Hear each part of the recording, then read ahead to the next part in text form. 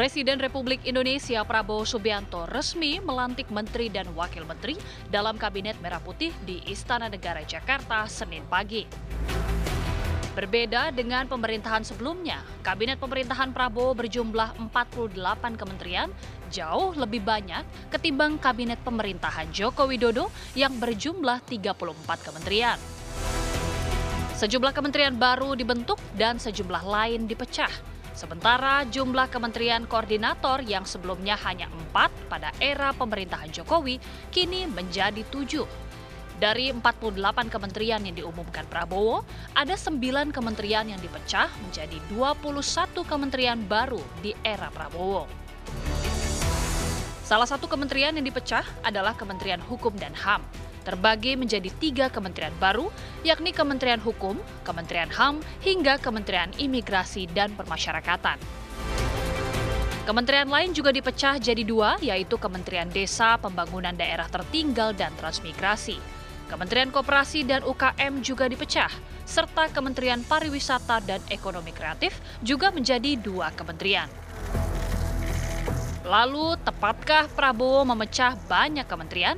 Apakah mereka yang masuk Kabinet Prabowo Gibran mampu menunjukkan kompetensi dan integritasnya? Dan apa terobosan yang akan dilakukan para menteri di kabinetnya? Tim TV One mengabarkan.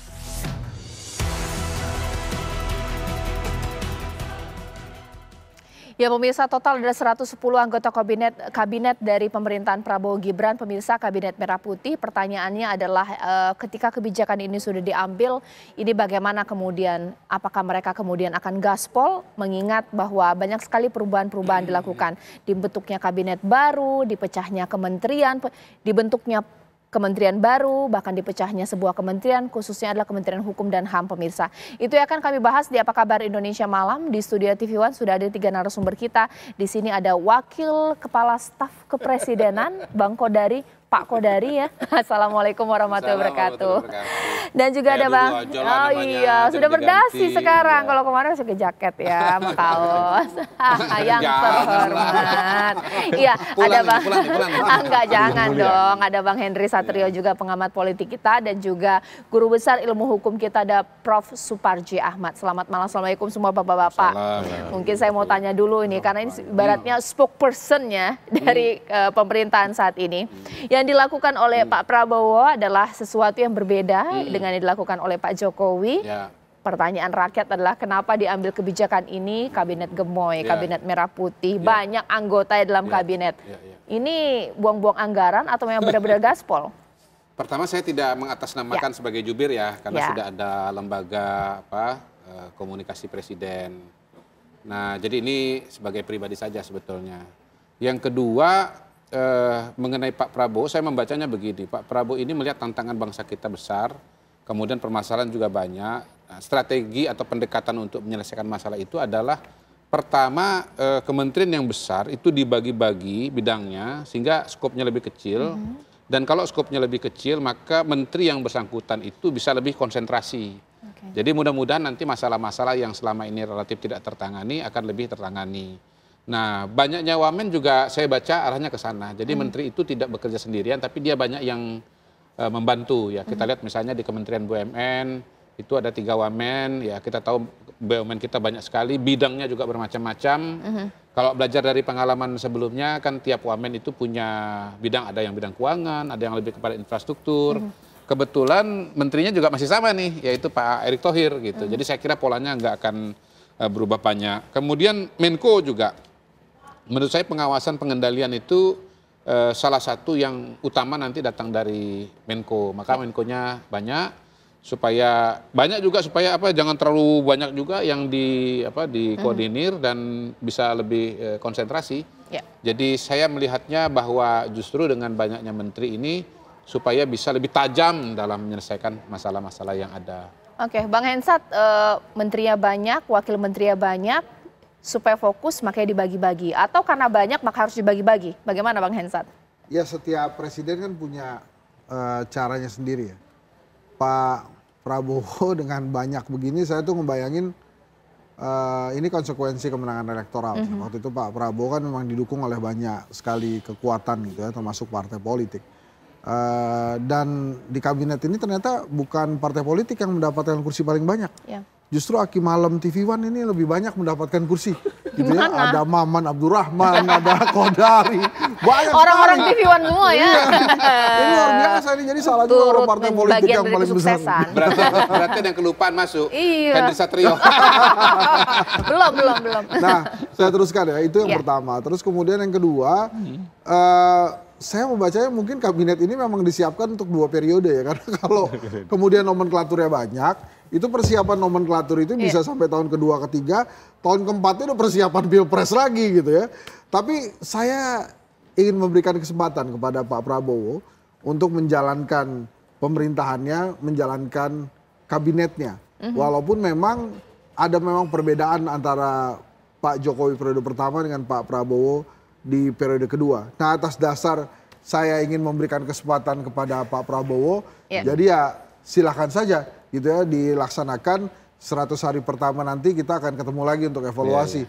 Kira-kira akan apa gitu ya. Misalnya sekarang kan masih ada persepsi-persepsi. Itu ada 18 orang Menteri Jokowi yang masih ada di sini, itu apakah untuk menjaga Gibran ataukah memang karena teman-temannya Pak Prabowo sebelumnya.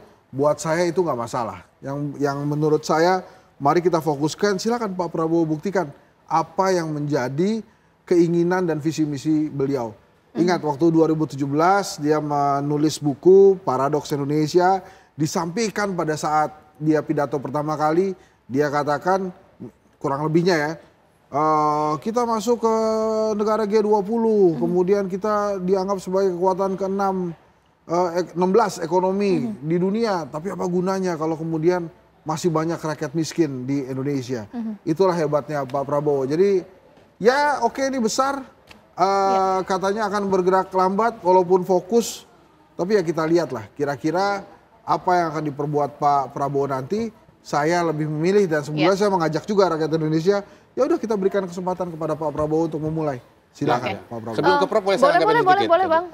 Pertama terima kasih atas kesempatan diberikan oleh Mas Hensat. Ya. Yang kedua, mungkin belum tentu juga selama seperti yang dibilang oleh Mas Hensat, ya, maksudnya 3 tahun begitu, belum tentu juga. Hensa Bang, Hensa.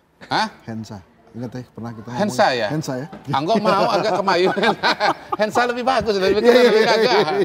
Jadi gini. Jadi pertama begini, mungkin tidak selama itu juga. Karena apa? Karena pertama ya, kementerian yang dipecah itu kan sebetulnya sekarang ini satu bagian, nanti kemudian ya ini tinggal bagi tugas saja gitu. Tidak juga kemudian harus menambah SDM baru, ini tinggal distribusi saja gitu. Dan kalaupun kita bicara misalnya gedung gitu ya, nggak juga harus bangun baru Pak, tinggal dibagi aja porsinya. Jadi kan notabene selama ini kan ada yang ngurusin kebudayaan, betul ya? Ada juga yang ngurusin riset dikti. Ya kan teman udah punya. Iya, bagian lantai aja. Beda lantai aja, Ya, tinggal maksud saya diganti tuh aja. kayak nyetak kop surat segala macam. Iya kan kop surat. Tapi Iya, kan iya. artinya gini, kalau kop surat kan jangan disamakan dengan bangun gedung ya kan. Baik dari segi biayanya maupun dari segi lamanya. Gitu Bang Hensa. Tadi pada saat pertama keluar itu Pak Kodari sebagai wakil KSP, ini yang kedua mulai lagi Kodari waktu itu. Enggak. Jadi emang nggak ada perubahan. Enggak, Contohnya emang nggak ada perubahan ya. Dari Pak Kodari juga nggak ada mudah-mudahan sih perubahan. enggak. Mudah-mudahan enggak. Ya mudah-mudahan enggak. Jadi Hensa dong, Memang yang selama ini disampaikan, kalau yang saya sampaikan di luar dengan sekarang di dalam, ya memang ya itu yang Itu yang terjadi. saya pikirkan, itu yang saya lihat dan memang Baik. begitu analisanya. Kalau Pak Suparji pastinya tidak ada aturan dilanggar ketika terbentuk ratusan anggota kabinet. Tapi bagaimana kemudian dengan birokrasi lainnya? Kan harus ada penyesuaian. Dan ketika pusat dibentuk kabinet besar seperti ini, apakah nanti harus selaras dengan di bawah kota, kabupaten dan juga lainnya atau bagaimana ya? Ya pertama itu kan hak prerogatif presiden, itu yang tidak bisa disangkal. Artinya tidak ada sesuatu yang kemudian dilanggar kan itu. Kemudian yang kedua yang jadi masalah kan bagaimana mampu mengkonsolidasi ya kabinet yang begitu banyak dan betul-betul mampu menunjukkan ini merah putih kan gitu. Persoalan utama kan bagaimana ini kabinet ini betul-betul merah putih. Artinya apa? Menanggalkan kepentingan partai politik, meninggalkan kepentingan sektoral yang lain. Itu yang ditunjukkan oleh Pak Presiden Prabowo. Karena sekali lagi bahwa telah mengambil posisi sebagai kabinet merah putih, bagaimana membangun menteri-menteri ini betul-betul merah putih, betul-betul untuk kepentingan negara kan gitu. Nah kemudian yang ketiga kaitannya dengan bagaimana soal penyesuaian. Saya kira tadi Bang Kodari sudah jelas bahwa ini kan sebenarnya pemecahan-pemecahan saja. Misalnya Menteri Hukum dan HAM, ada Dirjen Imigrasi, Dirjen Menteri Imigrasi, Pemasyarakatan, dan sebagainya. Jadi hanya soal teknis saja. Yang paling utama adalah bagaimana ini jangan kontraproduktif, artinya menimbulkan ego sektoral gitu, gitu loh. Karena kemarin sudah terkonsolidasi dengan baik, sekarang dipecah, malah terjadi ego sektoral, itu yang sudah dijaga oleh Menteri, oleh Menko, dan oleh Presiden gitu. Ya. Nah boleh tanggapi Bang Kodari, dengan kabinet sebelumnya saja, concern mengenai ego sektoral sudah ada. Dengan banyaknya kementerian seperti ini, bisa menambah eskalasi di dalam kabinet atau bagaimana? Ya tantangan ego sektoral itu selalu terjadi ya. Mau dia 34, mau dia 44, 48, tetap selalu menjadi tantangan yang bersifat abadi. Nah, tetapi saya setuju bahwa ada satu elemen yang memang harus ditambahkan dengan banyaknya menteri, dengan tingginya target. Itu elemen koordinasi itu harus sinkronisasi itu harus, dan pengawasan dan evaluasi itu harus kuat banget gitu. Harus kuat banget gitu. Ya mudah-mudahan KSP nanti misalnya diarahkan ke sana gitu ya, mudah-mudahan. Karena begini, saya melihat kabinet itu istilahnya itu sebagai konvoy, Pak. Konvoy itu berangkatnya bareng-bareng, nyampainya bareng-bareng. Nah, konvoy itu kecepatannya bukan ditentukan yang paling depan, tapi yang paling belakang. Yang depan kecepatannya 100, kalau yang belakang 50. Secara total nanti 50 karena ngikut yang belakang gitu. Jadi bagaimana caranya supaya konvoy Merah Putih ini itu kecepatannya tetap tinggi, artinya mengelola anggota tim konvoy ini supaya jangan ada yang terlalu di belakang gitu. Jadi bagaimana yang belakang bisa ngikut yang depan, jangan depan itu yang ikut yang belakang. Jadi soal sinkronisasi saya setuju Prof, itu adalah salah satu tantangan besar dari pemerintahan Prabowo Gibran sekarang ini. Oke, tapi Prof boleh tanggapi bahwa publik bisa menangkap seperti apa sih ketika kita terbentuk pemerintahan baru, intinya kan sebenarnya siap kerja ya, tapi kalau ini kan harus ada penyesuaian dulu. Ada menteri yang belum tahu berkantor di mana, ada juga menteri anggarannya dari mana, yang diurus seperti apa, ini kan masih belum terbayang. Publik juga bertanya-tanya, nanti siap langsung kerja atau lama di penyesuaian, bagaimana? Ya saya kira kan pada proses ini kan ada transisi kemarin kan, ada penyiapan-penyiapan, saya kira sudah bisa kerja langsung kan.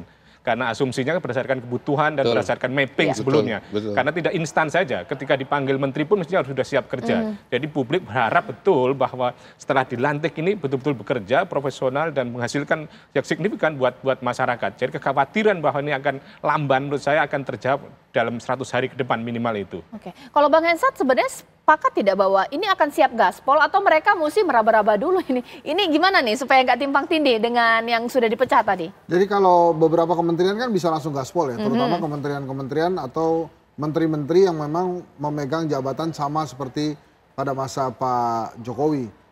Pak Erik misalnya, atau Sri Mulyani misalnya, atau Erlangga Hartarto misalnya, itu bisa langsung segera gaspol tuh tanpa harus mencari kantornya di mana gitu ya. Kalau yang lain-lain mungkin bisa menyesuaikan, tapi yang tidak ingin didengar oleh rakyat Indonesia adalah bahwa kabinet ini akhirnya nggak kemana-mana atau lebih banyak yang mengeluhnya. Gitu. Mengeluh dari sisi fasilitas misalnya, atau saya mesti kerja di mana. Gitu. Nah itu kan jangan sampai ya Prof terjadi seperti itu.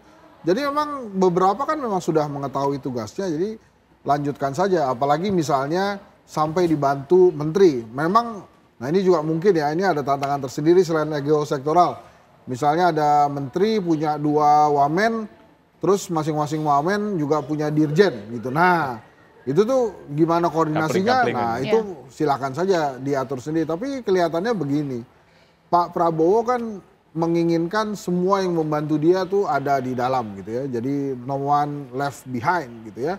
Nah itu harus dimanfaatkan kepercayaan itu oleh para menteri yang diunjuk ini. Sudah ditunjuk, Anda bekerja. Tapi kalau kemudian Anda sudah ditunjuk, Anda masih mikirin mau berkantor di mana, saya sarankan lebih baik mundur aja dari sekarang gitu. Karena masa kalah sama Gen Z aja bisa berkantor di mana. Walking space gitu, masa menteri ke walking space. Yang gak apa-apa juga kan intinya adalah berbuat untuk negara ya. Berbuat untuk kebaikan, kalau walking space juga gak apa-apa. Kalau bingung nyari kantor di kedai kopi ada. Iya, gimana Pak? Seperti kata Prof, pasti sedikit banyak udah dipersiapkan ya Prof ya. Jadi secara pembagian tugas, secara anggaran. Terus terang saya tadi kan habis dari pelantikan itu sudah dijemput oleh protokol dari KSP. kebetulan kantornya kan di situ. Ya. Pak Kodari ke sini gitu. Nah, Pak ini ruangannya gitu. Nah, ruangan itu selama ini kosong karena posisi Waka selama ini nggak ada. Tapi sekarang dikasih Waka ya. Tapi nggak perlu saya nyari-nyari dulu, Bang, enggak. Udah disiapin gitu. Pak, ini nanti ruangnya Yang lain juga di sini. begitu sepertinya ya. Iya, jadi memang teman-teman itu sudah menyiapkan segala sesuatunya. Oke. Saya keluar juga ada dijemput, Bang. Lepas dari soal bahwa kemudian bahwa memang tentang itu satu lingkungan dengan istana. Protokolnya dibawa Tapi de facto protokolnya datang. Lalu kemudian Pak ini ruangan udah ada Pak gitu. Protokolnya dibawa kemari, Bang? Baik, Bang Kodari, berarti Bang Kodari termasuk yang beruntung ya, sudah ada kantor yang memang kosong dan juga siapkan. Tapi sekarang saya bingung, kalau nanti saya mau bertanya mengenai kegiatan Presiden, nanyanya ke Abang sebagai KSP, karena juga sudah ada Kepala Kantor Komunikasi Presiden sesaat lagi di Apa Kabar Indonesia Malam. Bagus. Tolong ditanyain.